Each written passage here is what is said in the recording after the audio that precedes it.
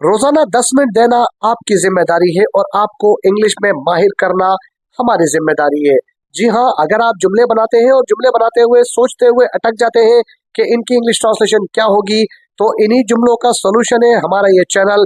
10 minute रोजाना हमारे channel को दीजिए। हमारे चैनल पे एडवांस इंग्लिश स्ट्रक्चर की फ्री क्लासेस चल रही हैं, जिसमें आप घर बैठ के इंग्लिश सीख सकते हैं रोजाना और डेली में अहम बोले जाने वाले स्ट्रक्चर्स की इंग्लिश ट्रांसलेशन जुमलों के साथ, मिसालों के साथ और स्ट्रक्चर फार्मूलों के साथ आपको समझाई जाती है।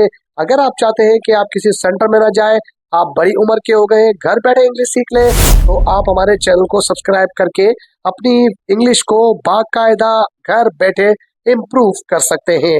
आज की वीडियो में हम इस तरह का स्ट्रक्चर डिस्कस करेंगे। चल चल कर उसने सफर मुकम्मल किया, रंग रंग करके उसने पेंटिंग बनाई, काम काम करके उसने मजीद मेहनत की। इस तरह के जुमले हम अक्सर अपनी गुफ्तगू में इस्तेमाल करते हैं। तो चलिए आज की वीडियो में सीखते हैं कि ऐसे जुमलों की इंग्लिश ट्रांसलेशन हम कैसे करेंगे। स्पोकन इंग्लिश स्ट्रक्चर की आज की हमारी ये क्लास 20 है, जिसमें आज हम सीखेंगे कि करके या एक काम बार बार कर करके इस तरह का स्ट्रक्चर कोई आए हमारी गुफ्तगू में, तो उसकी इंग्लिश हम कैसे करेंगे।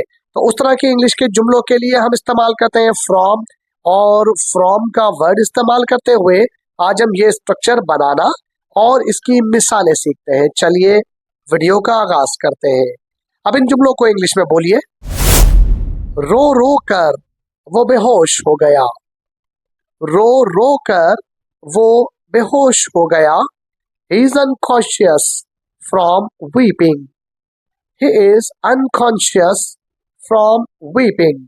इस जुमले में ही हमारा सब्जेक्ट इज हेल्पिंग वर्ब है, अनकॉन्शियस हमारा एडजेक्टिव है, फ्रॉम ये हमारा वो स्ट्रक्चर है जो हम आज सीख रहे हैं, और वीपिंग इस जुमले में नाउन है।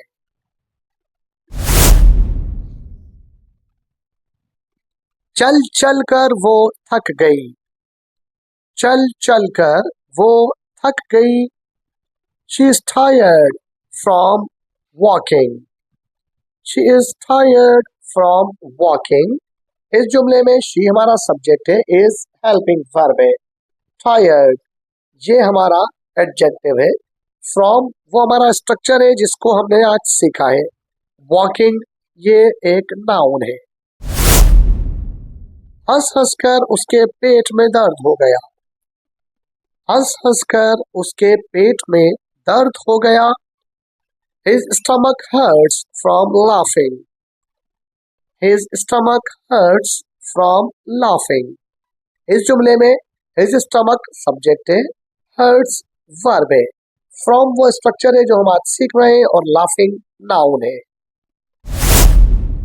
चलिए हम आज के स्ट्रक्चर फार्मूले की तरफ बढ़ते हैं। इन जुमलों की इंग्लिश ट्रांसलेशन के लिए हम जुमले में सबसे पहले सेंटेंस लगाते हैं, उसके साथ फ्रॉम प्रीपोजिशन लगाते हैं, वर्ब के साथ आईएनजी को ज्वाइन कर देते हैं, जुमला मुकम्मल हो जाता है। For example, he is tired from eating, he is tired from eating. इस जुमले में ही इज टायर्ड ये पूरा एक सेंटेंस है जिसमें ही सब्जेक्ट है, इज हेल्पिंग वर्ब है, टायर्ड एडजेक्टिव है, फ्रॉम हमारे स्ट्रक्चर का हिस्सा है, ईटिंग वर्ब के साथ आईएनजी आया है। चीख चीख कर उसका गला दुख रहा है, चीख चीख कर उसका गला दुख रहा है। His throat is hurting from screaming. His throat is hurting from screaming. इस जुमले में his throat ये हमारा सब्जेक्ट है, is हेल्पिंग वर्ब है, hurting वर्ब के साथ आईएनजी आया है, from प्रीपोजिशन है, और screaming एक नाउन है।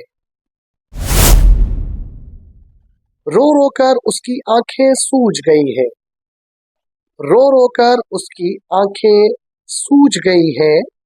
His eyes are swollen from crying.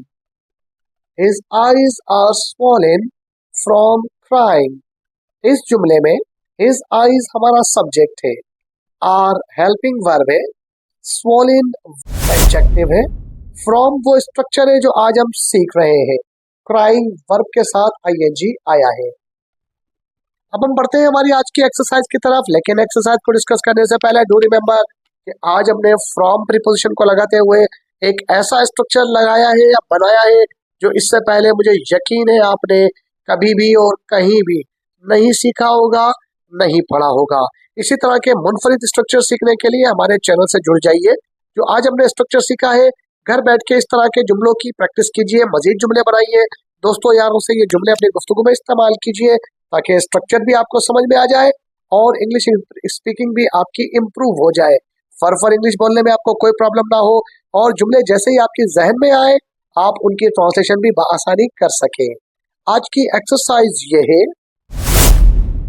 चल चल कर उसने सफर मुकम्मल किया, रंग रंग करके उसने पेंटिंग बनाई, काम काम करके उसने मजीद मेहनत की। इन जुमलों की इंग्लिश ट्रांसलेशन आप घर बैठे कीजिएगा और मुझे इसका जवाब सिर्फ और सिर्फ कमेंट बॉक्स में बता दीजिएगा। अगर आप हमारे चैनल पे न्यू है तो आपसे एक रिक्वेस्ट है कि चैनल को सब्सक्राइब जरूर कर लीजिएगा ताकि इस तरह की मुनफरिद और बाआसान वीडियोस देखकर आप घर बैठे इंग्लिश सीख सके। अगर आप हमारे चैनल पे 10 मिनट देते हैं तो हमारी भी गारंटी है कि आप इंग्लिश सीख जाएंगे। इस वीडियो को लाइक करके दोस्तों में शेयर करना मत भूलिएगा। अपना और अपने चैनल का ख्याल रखिएगा। मिलते हैं अगली वीडियो में। टिल देन अल्लाह हाफिज।